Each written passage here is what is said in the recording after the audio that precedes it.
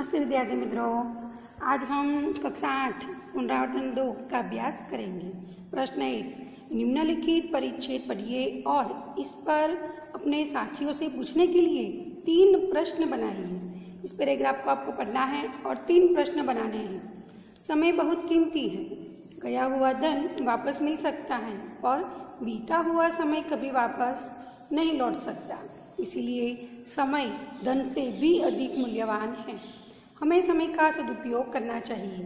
समय के सदुपयोग द्वारा ही हम जीवन में आगे बढ़ सकते हैं। परिश्रम करना ही समय का सबसे अच्छा उपयोग है।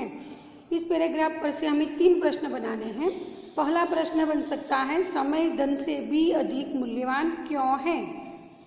दूसरा प्रश्न, समय के सदुपयोग से क्या लाभ होता है।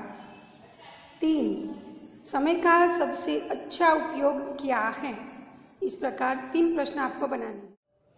प्रश्न नंबर 2, नीचे दिए गए शब्दों में से संज्ञा, सर्वनाम और विशेषण पहचान कर वर्गीकृत कीजिए और उनका वाक्य में प्रयोग कीजिए। यहाँ जो शब्द दिए गए हैं उनका हमें वर्गीकरण करना है। यहाँ देखिए प्रश्न नंबर 2, वर्गीकृत कीजिए। यहाँ शब्द दिए गए हैं, पर्वत संज्ञा शब्द, उसको सर्वनाम, मीठा विशेषण, नदी संज्ञा, तुम्हें सर्वनाम, सूरत संज्ञा, बाल संज्ञा, नर्मदा संज्ञा, सुंदर विशेषण, बड़ा विशेषण, मेहनती विशेषण, हम सर्वनाम, भारत संज्ञा शब्द हैं। अब इन शब्दों का हमें वाक्य में प्रयोग करना है। यहाँ देखिए संज्ञा के जो शब्द हैं मैंने यहाँ पर लिखे हैं। पर्वत, इसका वाक्य प्रयोग है, पर्वत बड़ा है। नदी बहती है। सूरत बड़ा शहर है। बाल लंबे हैं। नर्मदा गहरी नदी है। भारत मेरा देश है। यहाँ जो संज्ञा शब्द हैं उसका प्रयोग करके मैंने वाक्य बनाए हैं। आप इसके अलावा अपने तरीके से भी वाक्य बना सकते हैं। सर्वनाम, उसको बुखार है। माँ तुम्हें बुला रही है। हम खेलेंगे। यहाँ उसको, तुम्हें, हम सर्वनाम शब्द हैं, उसके वाक्य प्रयोग हमने किए हैं। यहाँ देखिए विशेषण, सारे शब्द विशेषण हैं। आम मीठा है। बगीचा सुंदर है। मेरा भाई बड़ा है। लड़का मेहनती है। इस प्रकार वाक्य प्रयोग हमें करने हैं। प्रश्न नंबर 3, दिए गए शब्दों को सही स्थान पर रखिए। यहाँ जो शब्द दिए गए हैं उससे हमें रिक्त स्थान की पूर्ति करनी है। यहाँ देखिए, मोनिका धीरे धीरे खाना बना रही थी। धीरे धीरे शब्द यहाँ पर लिखना है। हवाई जहाज ऊपर उड़ रहा है। रिक्त स्थान में ऊपर शब्द लिखना है। दिन भर यहाँ वहाँ देखा। रिक्त स्थान में यहाँ वहाँ हमें लिखना है। शिक्षक ने विद्यार्थी की ओर देखकर कहा, की ओर हमें यहाँ पर लिखना है। काम अधिक करो, बातें कम। रिक्त स्थान में अधिक शब्द लिखना है। बिल्ली अभी बाहर निकल गई। रिक्त स्थान में अभी शब्द हमें लिखना है। प्रश्न 4, मौखिक उत्तर दीजिए। 1, आपके परिवार में से आपको कौन सबसे ज्यादा पसंद है, क्यों। आपके परिवार में कई सारे सदस्य हैं, उनमें से आपको कौन ज्यादा पसंद है वह हमें बताना है। तो मेरे परिवार में मुझे सबसे ज्यादा पसंद है मेरी माँ। माँ बहुत शांत और सरल स्वभाव की हैं। वे स्कूल में शिक्षिका हैं, इसीलिए आज भी बहुत अनुशासन प्रिय हैं। गणित, विज्ञान और अंग्रेजी उनके प्रिय विषय हैं। माँ के कारण ही मुझे कहीं ट्यूशन जाने की ज़रूरत नहीं पड़ी। वे घर पर ही बड़े प्रेम से मुझे पढ़ाती हैं।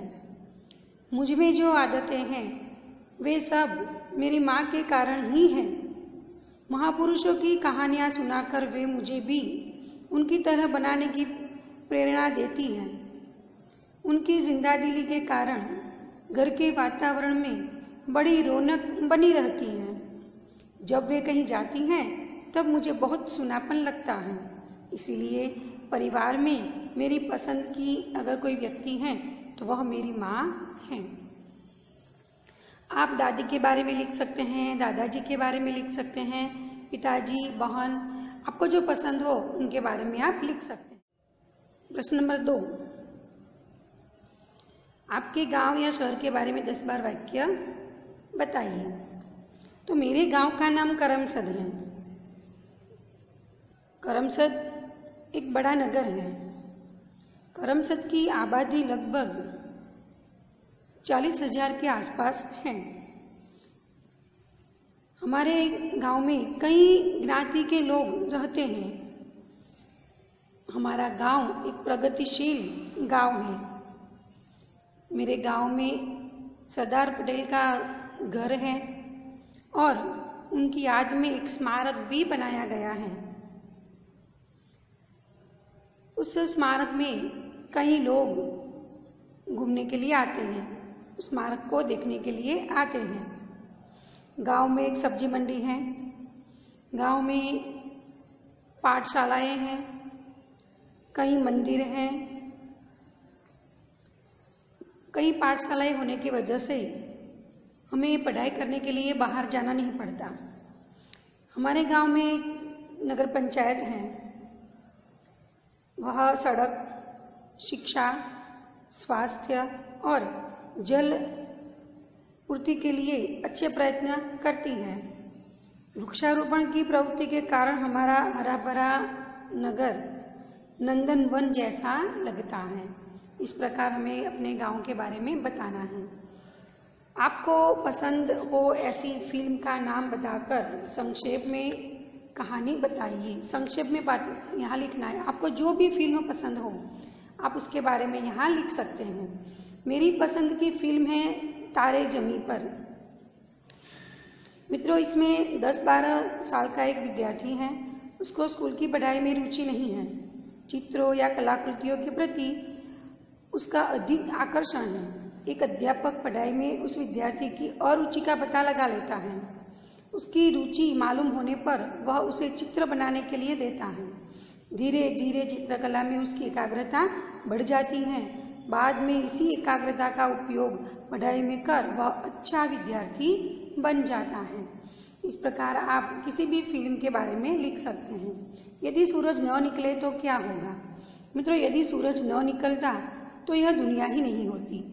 यदि सूरज न निकलता तो सुबह न होती और हमें पक्षियों का कलरव नहीं सुनाई देता। धरती पर प्रकाश न होता, धरती पर चारों ओर अंधेरा ही हो रहता। धरती पर वनस्पति मुरझा जाती, फूल फल पर बुरा असर पड़ता। सूरज न निकलने पर वर्षा भी नहीं होती, खेतों में फसलें नहीं लहराती। जब जल और अन्न न होता तो यह जीव सृष्टि भी नहीं होती। यदि आप गांव के सरपंच होते तो सोचिए कि यदि गांव के सरपंच होते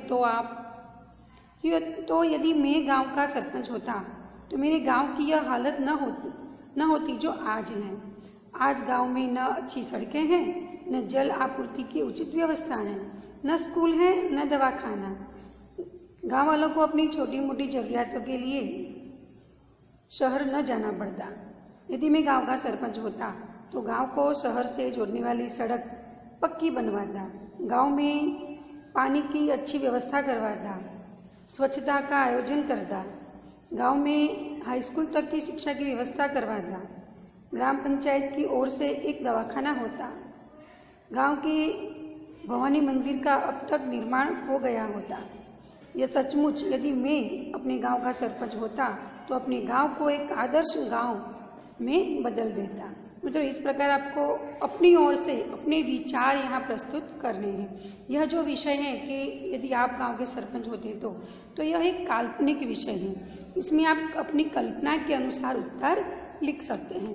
अब आप पूरा पुनरावर्तन अपनी कॉपी में अच्छी तरह से लिख लीजिए। जय महाराज।